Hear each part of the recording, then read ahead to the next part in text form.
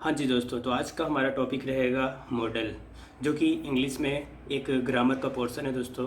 तो आज इसको हम समझेंगे बहुत ही बारीकी से और डिटेल से जानेंगे कि आखिर मॉडल होता क्या है और उसका प्रयोग क्या क्या है। तो चलिए आज का जो टॉपिक है इसे शुरुआत करते हैं और ख़त्म करते हैं। तो दोस्तों सबसे पहले हम लोग जानेंगे मॉडल का डेफिनेशन क्या होता है। ठीक है, तो चलिए देखिए डेफिनेशन क्या है। डेफिनेशन को हम लोग समझेंगे बारीकी से, ठीक है, और बहुत ही अच्छे से समझेंगे इसको। तो चलिए देखते हैं कि क्या है मॉडल आखिर। ठीक है, देखिए क्या है इसका डेफिनेशन। यहाँ पे डेफिनेशन इसका क्या है, देखिए यहाँ पे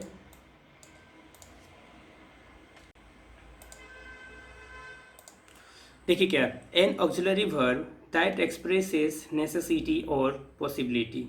क्या कहता है कि एक ऑक्सिलरी वर्ब का मतलब होता है हेल्पिंग वर्ब। ठीक है, हेल्पिंग वर्ब मतलब कि मदद करने वाला वर्ब। कौन सा वर्ब? हेल्पिंग वर्ब इसी को कहते हैं जो मदद करने वाला वर्ब होता है। ठीक है, ये हेल्पिंग वर्ब है।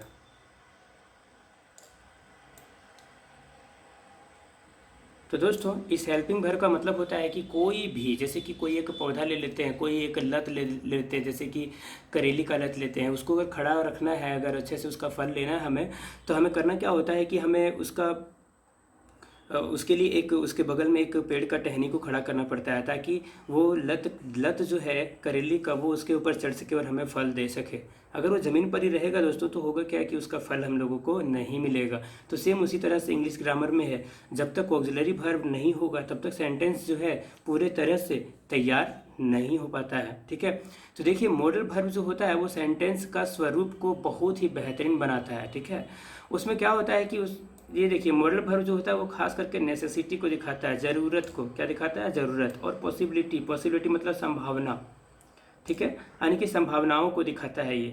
तो दोस्तों इस चीज़ के बारे में हम लोग अभी जानेंगे, पूरा डिटेल में पढ़ेंगे आज इसको, और बहुत ही आसान है, इसको हम लोग समझेंगे। ठीक है, आप लोग को एक और बात बता दूं कि मॉडल जितने भी हैं, ठीक है, देखिए यहाँ पे कौन कौन सा English modal verbs include must. देखिए यहाँ पे मस्ट, दूसरा है सेल, विल, ठीक है, शुड, वुड,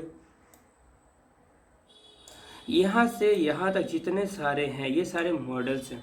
ठीक है, तो इन मॉडल्स के बाद हमेशा कौन सा वर्ब लगेगा? Verb one. ठीक है, आप वर्ब वन तो अच्छे तरह से जानते होंगे जहाँ तक मुझे उम्मीद है। ठीक है, तो वर्ब वन अगर आपको नहीं पता है तो मैं चलिए दिखा देता हूँ, आपको समझ में आ जाएगा। देखिए जैसे कि ये वर्ब वन है। ठीक है, वर्ब का मतलब क्या होता है? क्रिया। क्रिया मतलब कोई भी काम को करना या होना। ठीक है दोस्तों, तो देखिए वर्ब वन जो होता है, जैसे कि मान लीजिए हम गो का लेते हैं। गो का मतलब क्या होता है आप जानते हैं। ठीक है, गो का मतलब होता है जाना। क्या होता है? जाना। इसका वर्ब टू होता है वेंट। क्या होता है? वेंट। तो देखिए, और इसका वर्ब थ्री जो होता है वो होता है गॉन।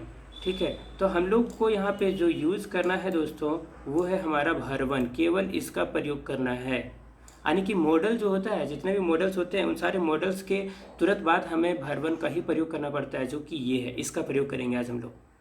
ठीक है, तो चलिए आज का जो आगे का टॉपिक है उसको हम लोग ख़त्म करते हैं। ठीक है, इस चैनल को दोस्तों सब्सक्राइब करिए और अपने दोस्तों के साथ शेयर करिए। ठीक है, तो चलिए आगे बढ़ते हैं। चलिए देखते हैं सबसे पहले लिस्ट ऑफ मॉडल्स, यानी कि कौन कौन से मॉडल्स हैं। ठीक है, यानी कि लिस्ट ऑफ मॉडल्स हम लोग सीखेंगे पहले कि कौन कौन सा मॉडल्स है, और उन मॉडल्स को जानने के बाद हम लोग क्या है कि आगे बढ़ेंगे। ठीक है, तो देखिए सबसे पहला मॉडल जो है वो कैन है। कौन सा है? कैन। जरूरी नहीं है इसको मैंने पहले रखा हुआ है, इसका मतलब ये नहीं कि यही पहले आता है। ठीक है, तो सबसे पहले कैन।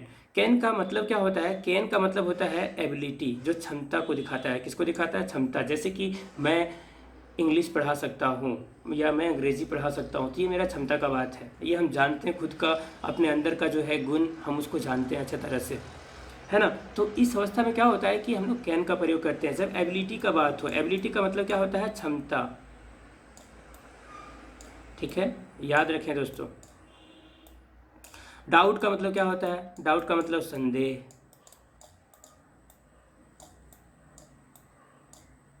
ठीक है, परमिशन का मतलब आप जानते हैं, क्या लेना?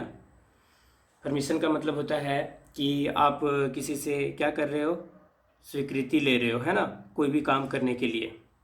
और पोलाइट रिक्वेस्ट मतलब कि एक आज्ञा। आप क्या कर रहे हो? रिक्वेस्ट कर रहे हो, जैसे कि कृपया करके मुझे पानी दीजिए, है ना। तो रिक्वेस्ट करने का मतलब क्या हुआ कि रिक्वेस्ट कर रहे हैं कि मुझे ये काम करने दीजिए या वो काम करने दीजिए, इसका मतलब यही होता है। ठीक है। और दूसरा हम लोग देखते हैं कि दूसरा क्या है। ठीक है, तो दूसरा चलिए देखते हैं। दूसरा है कुड। ठीक है, तो कुड को हम लोग समझेंगे दोस्तों। देखिए ये बहुत ही आसान है। कुड भी जो है ये कैन का पास्ट है, ये जो है। ठीक है, कैन, ये देखिए कुड जो है ना, कैन का पास्ट वाला रूप है, यानी कि भूतकाल वाला। ठीक है, आप इसे याद रखें। अगर हम लोग प्रेजेंट में बनाएंगे कि वह खा सकता है, वह पी सकता है, वह घूम सकता है, मतलब कि वह किसी को पीट सकता है, तो हम लोग जानते हैं उसके क्षमता के बारे में, तो उसका पास्ट भी तो बनेगा, भूतकाल में भी तो जाएगा कुड, जैसे कि वह उसे पीट सकता था, है ना। ये उसका क्षमता का बात था, लेकिन कहाँ पे, पास्ट में। ये भी एबिलिटी को ही दिखाता है और डाउट को ही दिखाता है, परमिशन को ही दिखाता है सेम, और पोलाइट रिक्वेस्ट को भी दिखाता है ये। ठीक है, तो इसी तरह से तीसरा नंबर हमारा आता है, देखिए कौन सा, मे। तो हम लोग मे को भी जानेंगे। देखिए क्या है, मे जो होता है ना, ये दोस्तों मे बहुत ही खास है, क्योंकि ये पॉसिबिलिटी को दिखाता है। पॉसिबिलिटी का मतलब क्या होता है, संभावना। ठीक है, पॉसिबिलिटी का मतलब संभावना।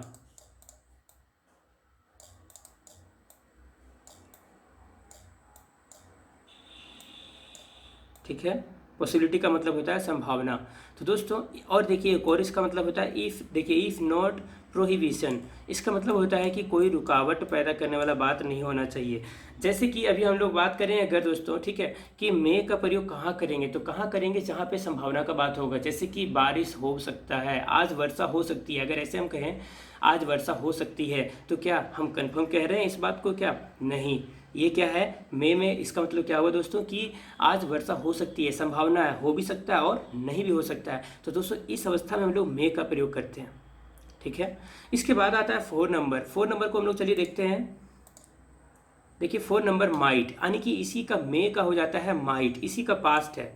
ठीक है, जैसे कि प्रेजेंट में वर्षा हो सकती थी, ठीक है, हो सकता है, लेकिन अगर भूतकाल का बात करें, पास्ट का बात करें, तो पास्ट में भी तो वर्षा हो सकती थी। तो उस तरह के सेंटेंस को बनाने के लिए हम लोग माइट का प्रयोग करते हैं। ये भी पॉसिबिलिटी को ही दिखाता है और इफ़ नॉट प्रोहिबिशन को दिखाता है। ठीक है, अब उसके बाद देखिए 5वां नंबर का आता है शुड। शुड, शुड का मतलब होता है दोस्तों ये मतलब कि हमारा नेसेसिटी को दिखाता है, एडवाइस को दिखाता है। कहने का मतलब ये है कि शुड जो होता है वो हमेशा हमें अपना काम को दिखाता है। जैसे कि मान लीजिए अभी आपको पढ़ना चाहिए, कहने का मतलब क्या है कि आपको पढ़ना चाहिए, ये ज़रूरी है, नेसेसिटी है, ये आपके लिए ज़रूरी है ना, आपको पढ़ना चाहिए। आपको सही समय पर दवाई लेना चाहिए, इसका मतलब क्या हुआ कि ये ज़रूरी चीज़ है, ये एडवाइस है। और एडवाइस है मतलब कि सलाह, आपको सही समय पर दवाई लेना चाहिए। अगर आप लेट से लेते हो तो उस दवाई का बुरा असर आपके ऊपर हो सकता है ना। तो दोस्तों इस तरह से होता है ये शुड। और शुड के बाद देखिए एक और होता है जिसको मस्ट कहते हैं। ठीक है, मस्ट का मतलब होता है कि कोई काम आपको अवश्य करना ही चाहिए, हर हालत में करना चाहिए। ठीक है, ये भी परमिशन को ही दिखाता है, लेकिन ये इसका थोड़ा यूज़ अलग है। इसका जब हम लोग पढ़ेंगे दोस्तों तो हम लोग बहुत ही डिटेल से समझेंगे और बारीकी से उसको समझेंगे।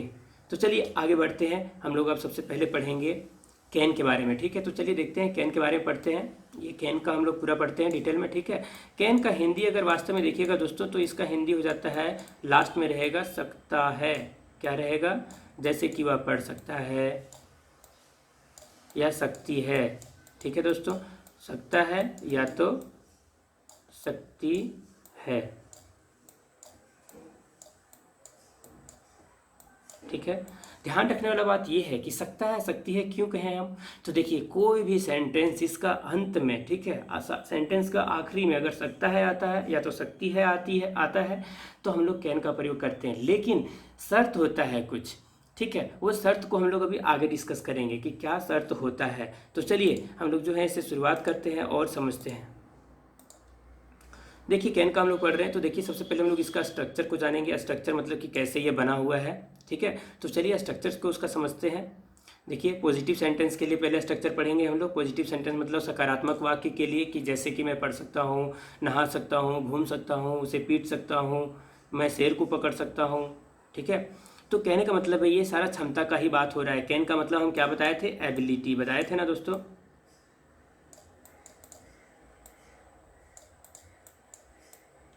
एबिलिटी बताए थे, तो ये एबिलिटी यानी कि जब क्षमता का बात होगा तब हम लोग कैन का प्रयोग करेंगे। तो चलिए स्ट्रक्चर देखते हैं इसका क्या है। देखिए सबसे पहले हमारा लगेगा सब्जेक्ट। सब्जेक्ट क्या होता है दोस्तों? जो काम करने वाला व्यक्ति होता है। जैसे कि मैं किताब पढ़ता हूँ, जैसे कि यहाँ पे अगर मैं लिखूँ कि मैं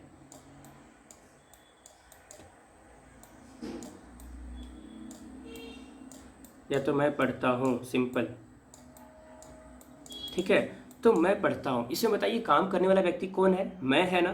तो मैं यहाँ पर कौन होगा? सब्जेक्ट होगा ये, ठीक है दोस्तों। याद रहे आपको ये बात। सब्जेक्ट किसको कहेंगे? जो काम करने वाला व्यक्ति होता है, जो डूअर होता है। डूअर का मतलब कि जो व्यक्ति काम करने वाला होता है, ठीक है। तो उसको हम लोग सब्जेक्ट कहते हैं, ठीक है।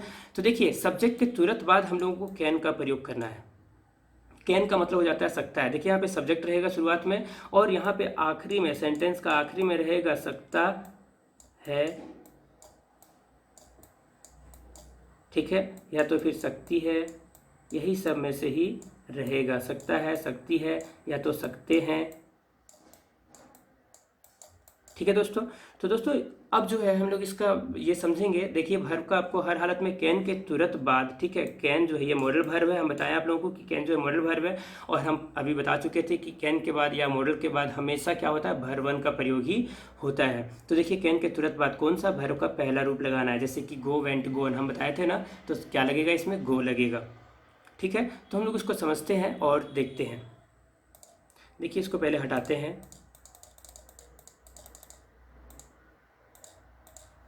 ठीक है। तो चलिए शुरुआत करते हैं, आगे बढ़ते हैं। अब हम लोग आगे की ओर बढ़ते हैं और समझते हैं। तो चलिए देखते हैं। अब हम लोग एग्जाम्पल लेते हैं, ठीक है। एग्जाम्पल लेंगे तब हम लोग का और क्लियर हो जाएगा। पॉजिटिव सेंटेंस के लिए पहले एग्जाम्पल लेंगे। चलिए देखते हैं। I can speak French. देखिए लिखा हुआ है ना आई कैन। यहाँ देखिए आई जो है वो क्या है? सब्जेक्ट है। कैन तो ये मॉडल वर्ब है। स्पीक ये वर्ब का पहला रूप है। फ्रेंच क्या है? ऑब्जेक्ट है यहाँ पे, ठीक है दोस्तों। कहने का मतलब ये है कि देखिए कैन के बाद हम लोग हर हालत में किसका प्रयोग किए हैं? वर्ब वन का, ठीक है। मैं उम्मीद करता हूँ आपको समझ में आ गया होगा।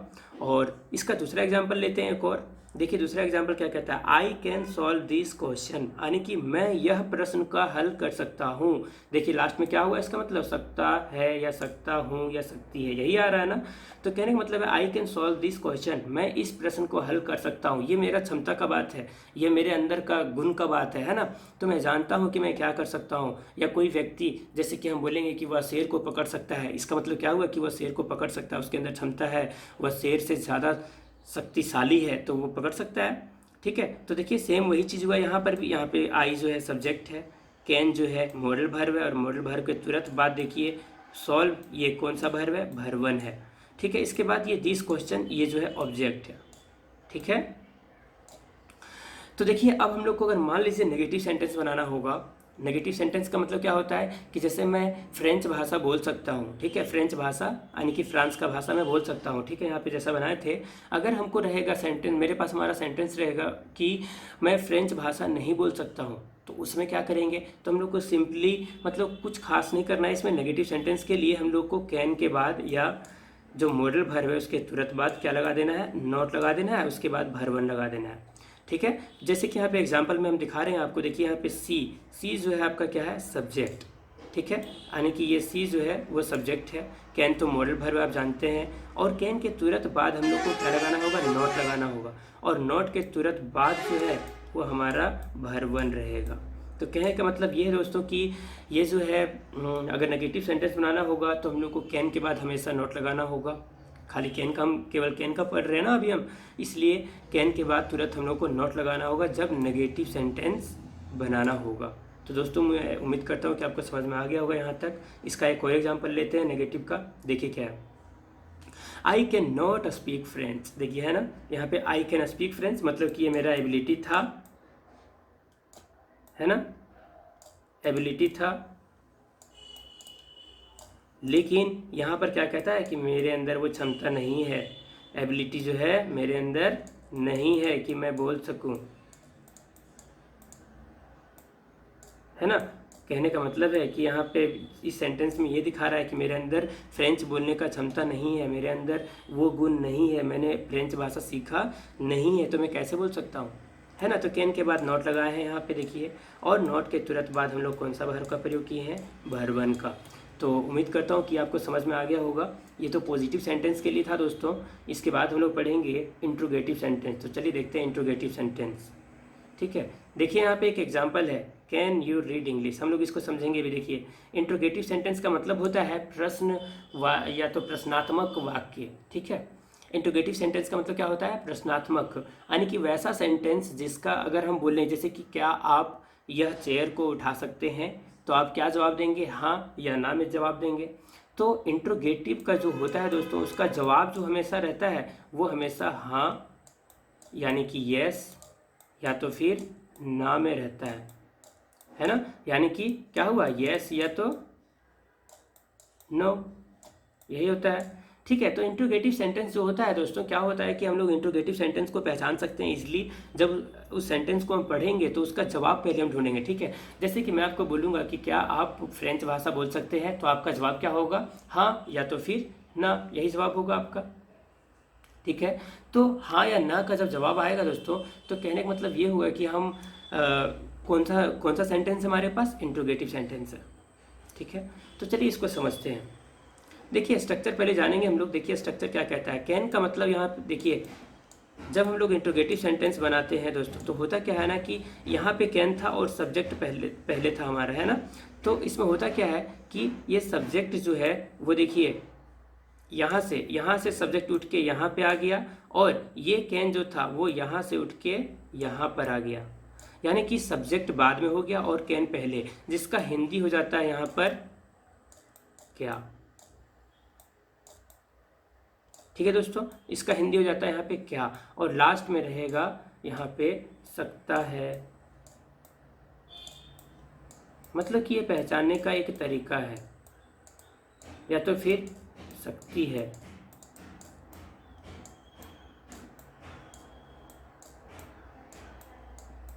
ठीक है दोस्तों, तो देखिए इसमें क्या कहता है कि कैन सबसे पहले लगाना होगा हम लोग को, और उसके बाद सब्जेक्ट लगाना होगा। बाकी भर्व का पहला फॉर्म ही रहेगा, हमेशा भरवन ही लगेगा।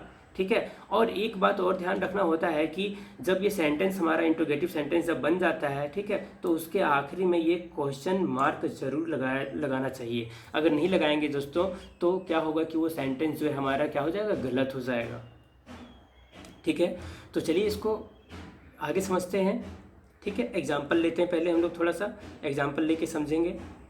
देखिए सबसे पहला example, can you help me, क्या आप मेरा मदद कर सकते हैं। तो इसका जवाब क्या आएगा दोस्तों? आप देखिए खुद से सोच के कि इसका जवाब क्या आएगा हमारे पास। तो इसका जवाब यही आएगा कि हाँ या तो ना। अगर हम आपसे पूछेंगे कि क्या आप मेरा मदद कर सकते हैं, तो आपका जवाब क्या होगा? आपका जवाब यही होगा कि हाँ, अगर कर सकते हैं तो हाँ, और अगर नहीं कर सकते हैं तो ना रहेगा जवाब, है ना। तो दोस्तों इस तरह का सेंटेंस होता है वो इंट्रोगेटिव सेंटेंस कहलाता है। यहाँ पे देखिए कैन जो पहले लगा हुआ है, इसका मतलब हो जाएगा क्या, हम बताएं अभी यहाँ पे ऊपर स्ट्रक्चर में, है ना। और लास्ट में आ जाएगा सकता है, तो क्या सकता है? मदद कर सकता है। ठीक है, तो कैन यू हेल्प मी के मतलब कि क्या आप मेरा मदद कर सकते हैं। कहने का मतलब है कि इसका जवाब हाँ या ना में आएगा, इसलिए ये कौन सा सेंटेंस है? इंट्रोगेटिव सेंटेंस है। नेक्स्ट एग्जांपल लेते हैं। देखिए क्या कहता है, can you show me your copy, क्या तुम मुझे अपना कॉपी दिखा सकते हो। तो देखिए यहाँ पे कैन पहले लगा हुआ है स्ट्रक्चर के हिसाब से, उसके बाद सब्जेक्ट लगा हुआ है यू, उसके बाद भरवन लगा हुआ है। यहाँ पे देखिए भरवन है ये सो, और यहाँ पे ऑब्जेक्ट मी है, और एक और ऑब्जेक्ट है योर कॉपी, यानी कि यहाँ पे कॉपी ऑब्जेक्ट है आपका। ठीक है, तो कॉपी के साथ आपका जुड़ा हुआ था इसलिए आपका योर लगा हुआ है। ठीक है, अब देखिए एक नेक्स्ट एग्जांपल जो है, कैन यू रीड इंग्लिश, क्या आप इंग्लिश पढ़ सकते हैं। इसका मतलब क्या हुआ कि इसका जवाब किस में आएगा? हर हालत में जवाब जो है हाँ या तो ना में आएगा। ठीक है दोस्तों, ठीक है, अब क्वेश्चन वर्ड को समझेंगे। काहे कि कई बार ऐसा होता है दोस्तों सेंटेंस में, ठीक है, कि क्वेश्चन वर्ड रहता है। तो क्वेश्चन वर्ड कैसे रहेगा? देखिए क्वेश्चन वर्ड क्या क्या होता है, जैसे कि डब्ल्यू एच का जितना होता है, डब्ल्यू एच ओ हु मतलब क्या होता है? कौन, यही होता है। तो देखिए इसका कैन का पूरा बारीकी से हम लोग सारा डिटेल में पढ़ रहे हैं, तो देखिए इसको समझना जरूरी है कि क्वेश्चन वर्ड का प्रयोग कहाँ कहाँ होता है। तो ये सारा जो है क्वेश्चन वर्ड है। ये देखिए हु, व्हेन, व्हाई, वेयर, ठीक है, और एक वट। तो देखिए ये सारा जो है दोस्तों, ये सारा क्वेश्चन वर्ड है, ठीक है। ये सारे क्वेश्चन वर्ड्स अगर सेंटेंस में आ जाए, ठीक है, व्हेन का मतलब क्या होता है, कब। वाई का मतलब क्या होता है, क्यों। वेयर का मतलब क्या होता है, कहाँ। और व्हाट का मतलब क्या। तो दोस्तों समझने वाला बात ये है इसमें कि ये सारा का हिंदी आपको याद होना चाहिए। हु का मतलब कौन, व्हेन का मतलब कब, वाई का मतलब क्यों, वेयर का मतलब कहाँ, और व्हाट का मतलब क्या। आप इसे अपना कॉपी में नोट कर लें ताकि आपको याद करने में आसानी हो, ठीक है। तो मैं इसे मिटा रहा हूँ।